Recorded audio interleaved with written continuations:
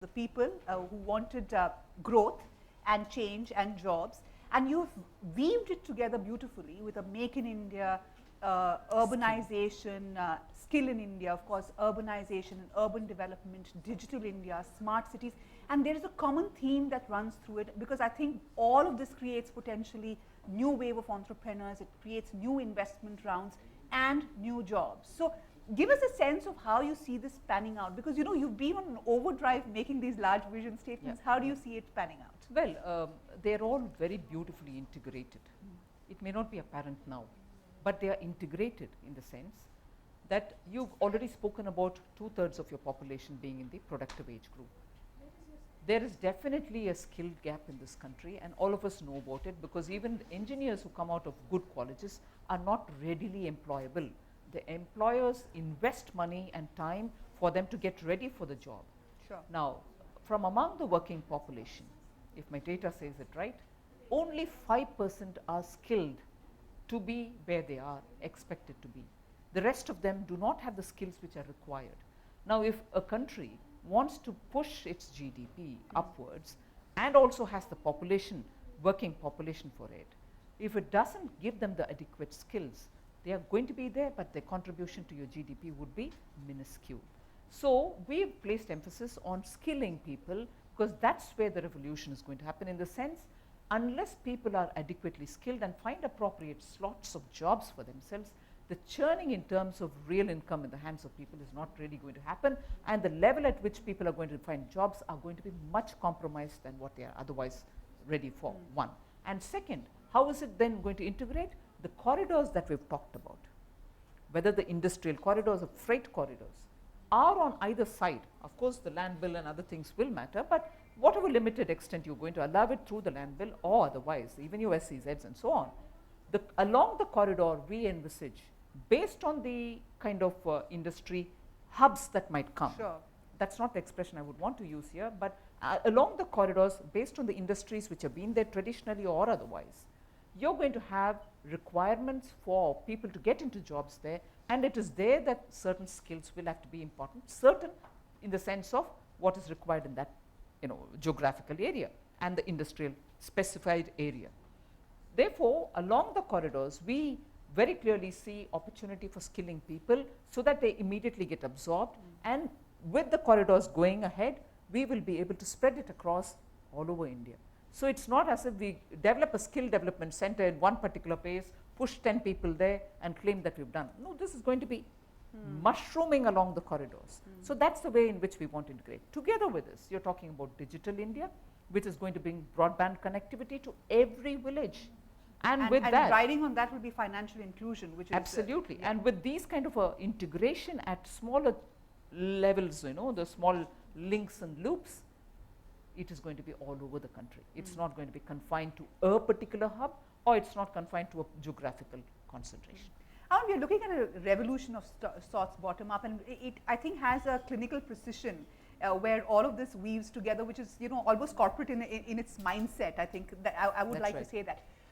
As an investor in India, from Lenovo's point of view, or from your members at MAIT, what is the sense that you are getting? How enthused are you, and how much of change are you seeing bottom up?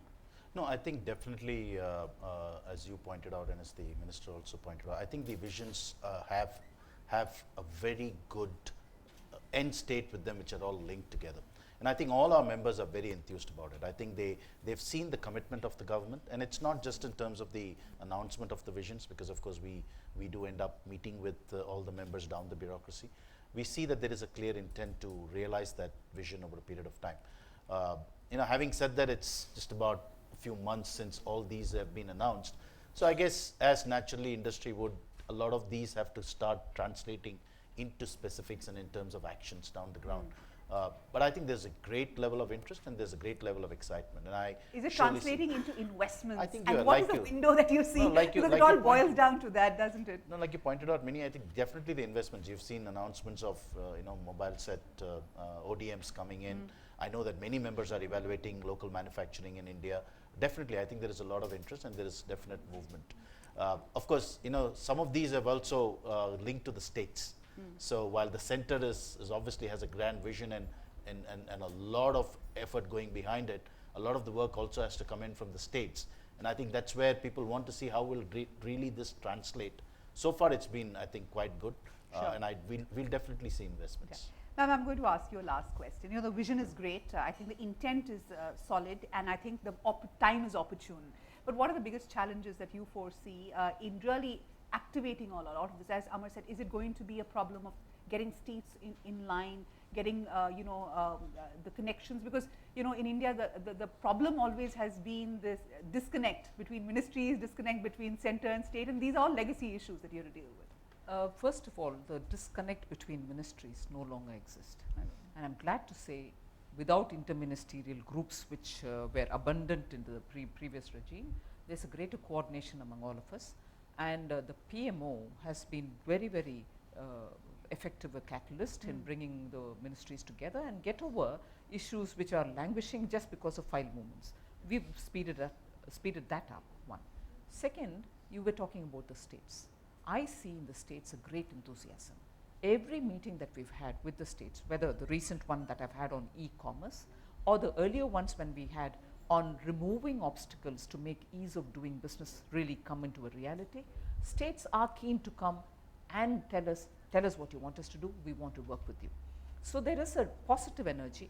States are not looking at center as a big brother or saying, oh, you may say so, but we can't do it. No, on the contrary, they are willing to come and share ideas and work together with us. That's a second. So states are not a challenge. In fact, states are giving us an opportunity to work together. Challenge, of course, is to convince every section, whether it's the media, whether it's the opposition, whether it's political activists or environment conscious people, that our intentions and steps are absolutely as they are said and transparent. So to take people along, for which we are spending a lot of time, we will have to spend more time, and it is necessary to do that. We will keep doing that. That would probably be a challenge. Okay, all the best for that, ma'am. And thank you so much for joining us. Amar, thanks so much for joining us on the panel. Thank you.